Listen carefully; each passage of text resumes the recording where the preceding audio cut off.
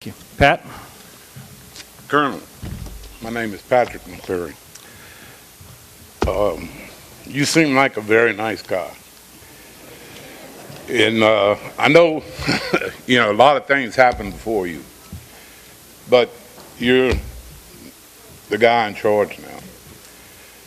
I would like a promise from you that crap like this, reports, surveys, to the cost of,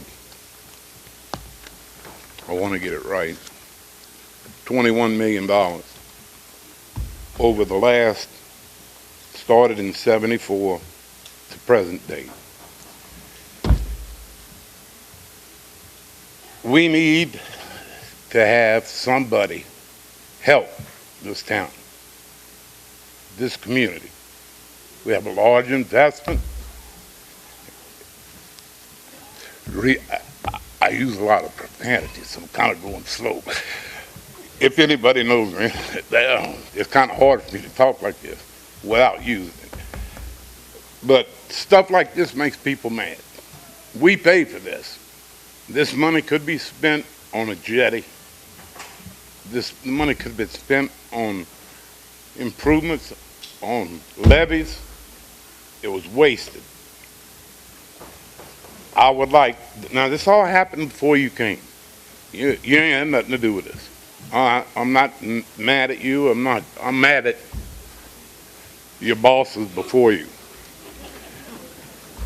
And I can get pretty vicious when I get mad. People in this town are tired of this. They're tired of people saying, we're going to do an engineer study, we're going to do this, we're going to do that. Started in 1974. This started in 1974 to 2001. And a lot of it was approved. Not a bit of it was done. I would like to have a promise from you that now you're the new dog on the street, that you will help us eliminate crap like this. And I would appreciate the effort, and I'm sure everybody in here would too. Very good. Thank you. And your question, please. Yes, sir. Mayor Mott, I was just wondering if you could update us on the status of the city of Amelia, what preparations are being made for Amelia, and what we can expect as residents. Yeah, and I'll tell you what I'll do. I'll ask Parish President Nakan, who's been on the ground, whereas I haven't, and I'm going to ask him to give that update. Paul, still here? Oh, there you go, Paul. Thanks. Amelia, yes. Yeah, at present, we're working in Amelia. We're going to start 24 hours a day, start tonight. We got, today we had something like 50 dump trucks hauling sand. We're doing an earth levee, also HESCO basket. We're going to try to surround Amelia up to 6 to 7 feet elevation. So we think that's sufficient.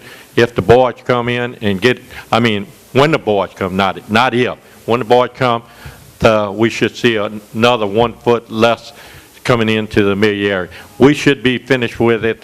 We have one of my council members that's here, Gary Duhon, and we got Chuck Walters also with, we got something like 30 Army National Guard.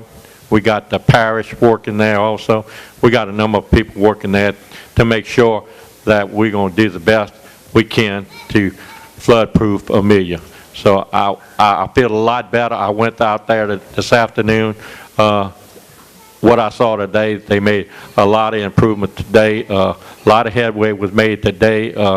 It looked like maybe Sunday, Monday, the latest, I think, we should be finishing with the Amelia area. Thank you. Okay, well, Mayor, you might want to answer the sandbag in Morgan City. Okay. As far as sandbags, we had a request from residents. Understand this: the approach that we're taking for the city is to raise the levees, and so that's where all of the crews have been working, and that's where the National Guard is working.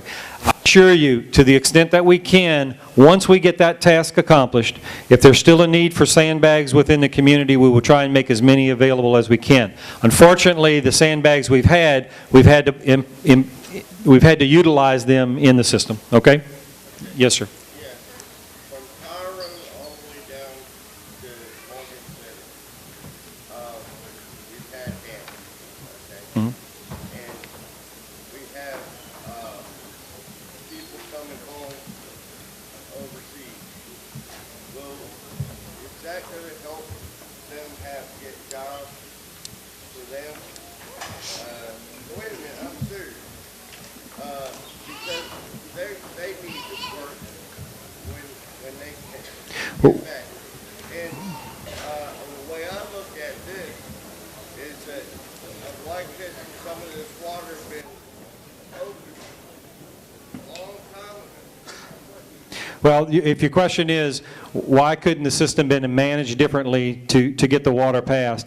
I think what you have to keep in mind there, and I guess really this one ought to turn over to the Colonel, but what you have to keep in mind, there are systems to hold water in the upper Mississippi to keep it from coming down on it. And to the extent that they have been able to do that, they have.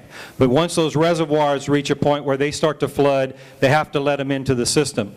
And as far as letting additional flow out, they're going to let the Mississippi's carrying its maximum load, or it's nearing its maximum load. When we said 1,438 cubic feet per second, its maximum load is 1,500,000 cubic feet per second. So we're very close to the maximum that it can hold, and now it's the Atchafalaya's turn to pick up that. Ditto. Yeah, this guy's amazing right here. Let me tell you what, okay? He can come work for the Corps of Engineers, of course. I'm not sure he'd really want to do that. Look, there are colonels just like me all the way up the Mississippi River. Okay, there's one in Vicksburg, there's one in Memphis, there's one in St. Louis, there's one in Rock Island, there's one in St. Paul. Okay, I know all of them by name, all great friends of mine. They are all doing things that they can to stop the water, to relieve the pressure, to keep it going, to divert it in other places. I think a lot of you folks watched on the news last week that there was a spillway that was opened, and the way they opened that particular spillway was with explosives. Okay? We're fortunate down here that our spillways all have gates on them. Okay? So that operation that they took up in a place called Bird's Point, New Madrid, okay, that is a plan and a manual in place. This is not some scheme that was concocted on the back of an envelope that let's just blow up these levees. No. When those levees were constructed, they were constructed with think of a big 55-gallon drum in the side of a levee, covered over, and then underneath that you got piping that goes all along. Okay? You can't just do that overnight. That was built like that with a floodway behind it, so that in the event we got to this point where we had to operate that, they would uncover that 55-gallon drum, pump a bunch of liquid explosives in there, and open up the spillway. So that's the point we're getting to in this river system. And folks up north are doing everything that they can to keep water back in reservoir, all the way on the Ohio River. They are keeping water back behind dams in reservoirs on the Ohio River so it doesn't come down here. So now there are people who have property along the reservoir or on the lake who are getting flooded because that water's getting so high, but they don't want to release it out of the dam and send it down here. It's a very complicated issue that is a national issue. But everything that is being done upriver by colonels like me is helping us down here. I'll tell you that. Yeah, we got some people in line. Yes, sir. Your question? Yes, sir. I was just wondering if you have any assembly points set up in case people staying behind. As of this time, we do not anticipate evacuation necessary in Morgan City. Now, the St. Mary Parish government does have shelter arrangements that they've made with the potential for impacts, primarily focused outside of our area. We talked about earlier the need to stay informed and to keep yourself posted in the event there are some events. Those plans would be implemented if, in fact, we got a call from the colonel and said the number's going to be different, or we discover that we have a problem with a levee that's not going to work. We will let everybody know, and we will have provisions to transport people out of the city and to take care of that. But y'all have something lined up already, just in Yes, sir. case. We have some lined up based on, honestly, based on not having to evacuate Morgan City, but it can be expanded to that eventuality if it were to And happen. they'll give that to us over the news or something? Through the media primarily, but we're also utilizing, the internet. Morgan City's website is updated continually, and we also have a Facebook page that sends out, when those notices come out, everybody's informed immediately of a new posting. So please pay attention to those. Okay? Thank you. Seeing. Mayor Mott, this question is directed to the Colonel. Okay. Once the requisite flow levels are met and the Morganza is by statute opened to 50% flow rate, which is the projected rate, as I understood your statement, how many days or hours will we have before the river impacts us in Morgan City between the bridges? Okay. Our best estimate from the time that water either is coming through the gate at Morganza or over the gate at Morganza, it'll probably take about 3 days to get down here to Morgan City. So okay, about 3 days. So basically there'll be a gradual rise over a 3-day period? Yes. Now,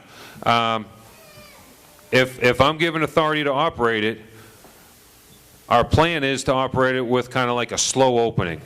Okay? Yes, sir. Where maybe the first day we may open 1 or 2 gates, something like that. And then the second day, maybe 1 or 2, something like that. So we would operate on a slow opening. But again, it doesn't matter whether we open it like that or whether it comes over the top. Our best estimate is about 3 days. By the time when a drop of water comes over that gate until that same drop of water gets down to the gauge at Morgan City in the river. Because that whole floodway comes down and either goes out Wax Lake Outlet or it comes down to Atchafalaya. Yes, sir. Is about 3 days. Thank Does you. that help you out? Well, that gives me some idea what to do when it gets opened. Now, I will tell you one other thing. The river is not expected to crest until the 24th of May. Okay? Yes, sir. So this Saturday is the 14th. Okay? If again, either we open it or it goes over the gate about the 14th. It's not going to crest. That means it's not going to get its highest until the 24th. That's 10 days. Okay? Then the difference between this high water event and many others is the crest is supposed to be around for a lot longer than we've ever seen. Okay? They're saying about 10 days that the crest is going to be here. Okay? So we reach a trigger here, then you get to the crest, and then the crest stays, and then you got to get back down. Okay? So if it takes 10 days from when we open it to get to the crest, and it's going to stay at the crest for 10 days, that's 20 days right there. Okay? And then to get back down below so we can start to close the gates, I mean, it's going to be a long time. You got a 3-week ball game, sounds like. You guys do the math. Okay, sir.